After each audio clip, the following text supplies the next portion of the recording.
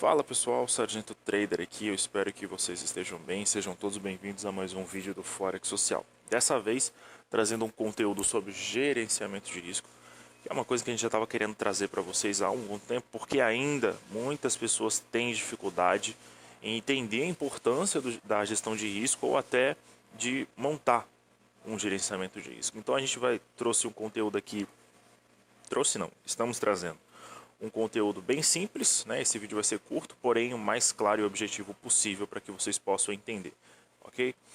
Mas o que significa o gerenciamento de risco, afinal de contas, e por que ele é importante? Porque gerenciar o risco significa tentar evitar perdas comprometedoras ou tentar diminuir o impacto de uma frequência de perdas. Presta atenção. Dependente da sua estratégia, do quão assertiva ela seja, se você tem uma taxa de acerto maior do que a sua taxa de erro, algum dia, algum mês, algum ano a sua estratégia vai dar errado. Porque o mercado ele é dinâmico, o tempo todo ele está mudando e às vezes a gente tem que adaptar a nossa estratégia ao momento do mercado. Por exemplo, a gente está passando por um momento complicado do mercado. É um momento onde ele não respeita tanto mais a análise gráfica, alguns dados econômicos que a gente dava relevância hoje a gente não consegue mais dar tanta importância por conta de conflitos comerciais, isso e aquilo, né? Então a gente está passando por um momento hoje que, aliás, esse ano foi um ano que o mercado, aliás, do ano passado para cá, foi um ano que o mercado mudou bastante, né? E muitos traders começaram a falar, o mercado não está respeitando nada, isso e aquilo, ou seja, não respeitando nada significa estar mais perdendo do que ganhando, né? Então gerenciar o risco é importante, ter um gerenciamento de risco é importante para esses momentos, porque são nesses momentos que as perdas comprometedoras, o que são perdas comprometedoras? São aquelas que você tá bem, você tá numa uma semana muito boa, você tá quase fechando a semana no positivo, aí você toma um stop já leva quase tudo que você ganhou, ou leva até mais um pouco, né? Como é uma coisa que acontece muito com as pessoas. Ou então, a gestão de risco se mostra importante porque a frequência de perdas, uma sequência de perdas vai acontecer a qualquer dia. Vai acontecer, não tem como fugir disso. Eu tenho 4 anos de mercado e sei disso. Por mais que você busque uma estratégia que você mais acerte, a frequência de perdas vai vir. Então, o gerenciamento de risco ele é importante porque ele casa com essas duas situações. Frequência de perdas e perdas, mesmo que sejam singulares, porém comprometedoras. Okay? E um trader, né, como eu acabei de falar, um trader ou uma trader reconhece, trader profissional, tá? Reconhece que sua estratégia vai dar errado algum dia e por isso precisa sempre ter em mente o quanto vai perder. O que a gente vê muito acontecendo são pessoas que vêm para o mercado com a visão de só ganhar. Ganhar, ganhar, ganhar e ganhar. E é o que se vende também, que você só vai ganhar, ganhar, ganhar e ganhar. Mas você não vai só ganhar. Você vai perder um dia e ponto final. Não importa se você gosta dessa ideia ou não, isso vai acontecer. E é isso que você tem que ter em mente quando você está operando, porque você sempre estuda para ter uma estratégia lucrativa, você sempre estuda para acertar mais do que perder, a gente sempre estuda para ganhar mais, mas e para perder? Né? Isso é uma coisa que muita gente não faz, né? E é por isso que poucas pessoas conseguem ter consistência no mercado. Porque consistência, primeiro, não significa ter uma sequência de vitórias, significa você ter a capacidade de seguir um plano. E quando a gente está falando de um mercado de renda variável, o nosso plano ele se retém a saber o quanto a gente vai ganhar e também saber o quanto a gente vai perder. É também uma filosofia de gestores de fundo. Você ter uma estratégia, né? Tem um aqui no Brasil, inclusive, que ele é gestor de um grande fundo, né? Que é da AZQuest, não sei se vocês conhecem, mas uma vez em entrevista ele falou o seguinte: você ter estratégias de preservação de capital é muito mais importante do que você ter estratégias lucrativas, né? E hoje ele gerencia um fundo aí de bilhões de reais. Não é à toa, né? Porque ele focou e priorizou também a parte de risco, a parte onde ele ia perder, certo? Então, um trader profissional ou uma trader profissional já reconhece isso desde o início, certo? Bom, dito isso, a gente montou aqui um modelo de gestão de risco que talvez vocês possam estar utilizando ou quem sabe usando como uma base para elaborar o de vocês, ok? Bom, e a gente colocou um exemplo aqui de um gerenciamento de risco de um iniciante, né? Vamos supor que ele tenha US$ 1.000 na conta e tem aquele clássico risco por operação de 1%, ou seja, US$ 10, né? É uma coisa que eu particularmente, sargento trader, gosto muito de fazer é olhar o meu risco em pips, tá? Então eu sempre coloco uma margem em pips como referência de gestão de risco. Quantos pips eu vou arriscar por operação, certo? Mas para isso preciso ter uma noção de quanto que significa os pips pelo financeiro que eu estou arriscando na operação. Então, nesse tipo de conta, onde você tem $1.000 e um risco por operação de 1%, você tem um financeiro de $10 de risco. Então, é o máximo que eu aceito perder, certo? Agora, esses $10 em pips, operando com microlote, eu coloquei microlote porque isso aqui é uma gestão de risco de iniciante, tá? Uma pessoa que está começando no mercado, que ainda não tem uma pegada para operar mini lote ou lote padrão, lote standard, tá?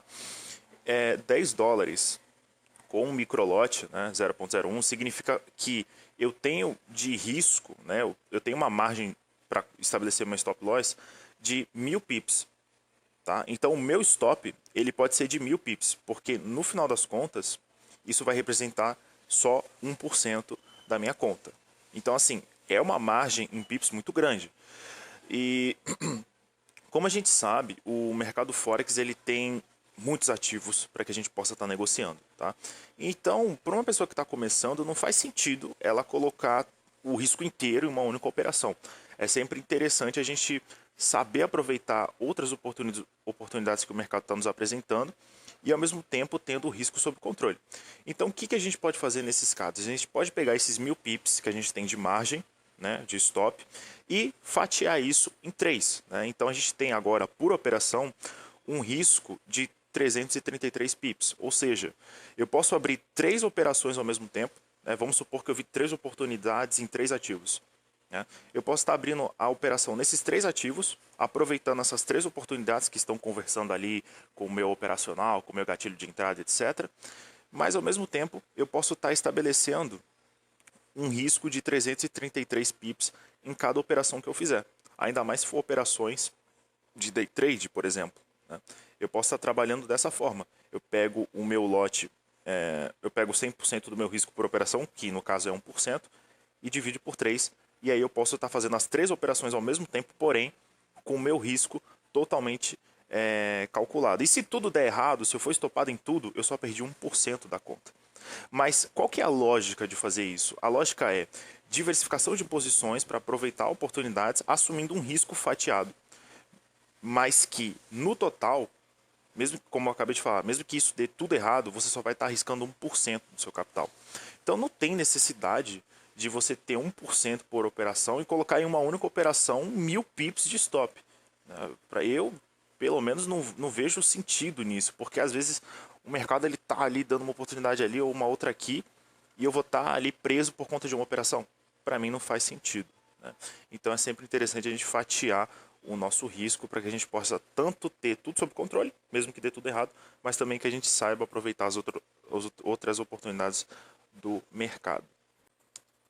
E níveis de exposição, como que a gente pode estar trabalhando com isso? Você pode estar usando, de repente, o seu drawdown, né, como uma referência de exposição do seu capital. Tá? Geralmente o relatório da plataforma de negociação, pelo menos o MetaTrader e outras também, elas disponibilizam a informação do drawdown da sua conta. Você pode estar usando isso como um referencial de exposição. Mas como que a gente pode usar, como que a gente pode gerenciar a exposição também? Ainda usando o exemplo de uma conta de $1.000, a exposição clássica de 10%, que é o que muitas pessoas fazem, né? Estabelece sempre 10%. Eu conheço pessoas que têm um nível de exposição maior, de 20, 30, 40, até 50%, mas são pessoas que já têm um capital elevado e já têm uma estratégia que o retorno compensa pelo risco que está correndo. Né? Mas a gente pode pegar esses 10% de exposição, em vez de assumir ele cheio, o que a gente pode fazer? A gente pode pegar a mesma ideia que a gente fez com o risco por operação. A gente pode fazer uma distribuição de exposição dividindo pelas 4 semanas do mês. Né?